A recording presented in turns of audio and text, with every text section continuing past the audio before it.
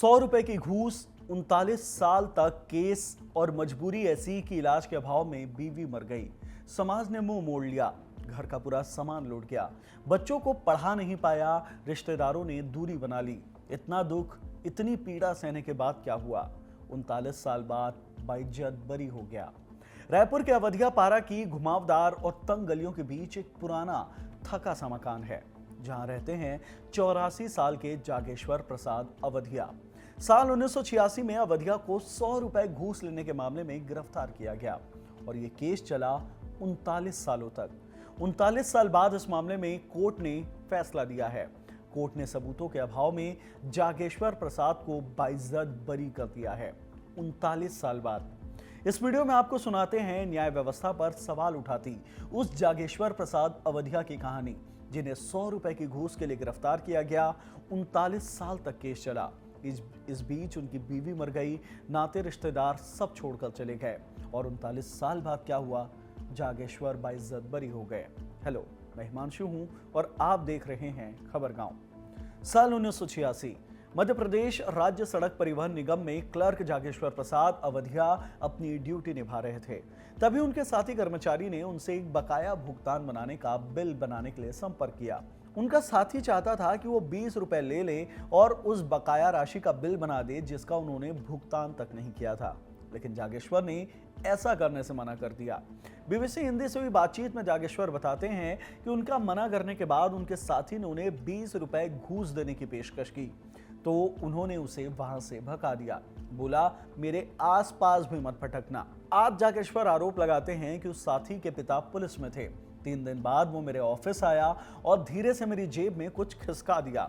जैसे ही मैंने वो अपने हाथ से निकाल कर देखा, सामने खड़े सादी वर्दी में तैनात पुलिसकर्मी ने उन्हें पकड़ लिया और कहा, हम विजिलेंस के लोग हैं और आपको 100 रुपए घूस लेने के आरोप में गिरफ्तार करते हैं। जागेश्वर प्रसाद कहते हैं कि वो दिन उनके लिए नहीं, बल्कि उनके पूरे परिवार के लिए एक सजा की शुरुआत थी। जागेश्वर की गिरफ्तारी के 2 साल बाद कोर्ट में आरोप पत्र पेश किया गया। सोचिए, 100 रुपए की घूस के मामले में कोई आरोपी 2 साल तक बिना आरोप पत्र दाखिल किए हुए जेल में बैठा हुआ था। 1988 में जागेश्वर के विभाग ने उन्हें निलंबित कर दिया। 1994 में जब निलंबन वापस हुआ तो उनका ट्रांसफर रीवा कर दिया गया। उस वक्त छत्तीसगढ़ अलग नहीं हुआ था, रीवा मध्य प्रदेश का शहर है। जागेश्वर आधी सैलरी में रीवा में रहने चले गए और उनका परिवार रायपुर में रह रहा था। उनका प्रमोशन रुक चुका था, इंक्रीमेंट रुक चुका था। पैसों की कमी के चलते एक एक कर उनके चारों बच्चों की पढ़ाई छूटती चली गई।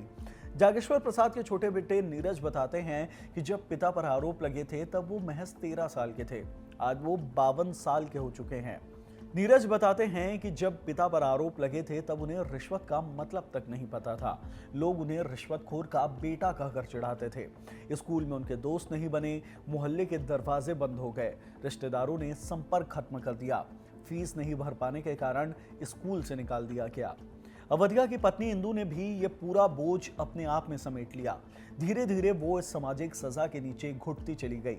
24 दिन सरकारी अस्पताल में भर्ती रहने के बाद एक दिन उन्होंने दुनिया को अलविदा कह दिया।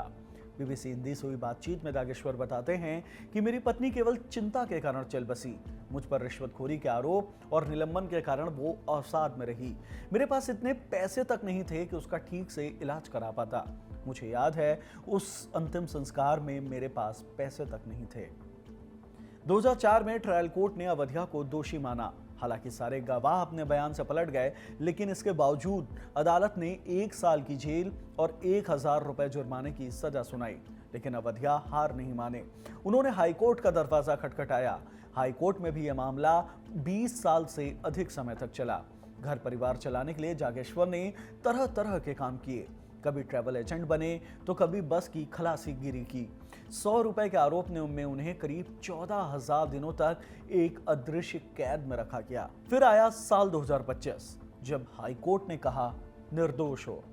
आज अपने जर्जर घर पर अकेले बैठे हुए जागेश्वर कहते हैं, न्याय मिला पर समय नहीं लौटा, पत्नी नहीं लौटी, बच्चों का बचपन नहीं लौटा और सम्मान शायद वो कभी नहीं लौटा।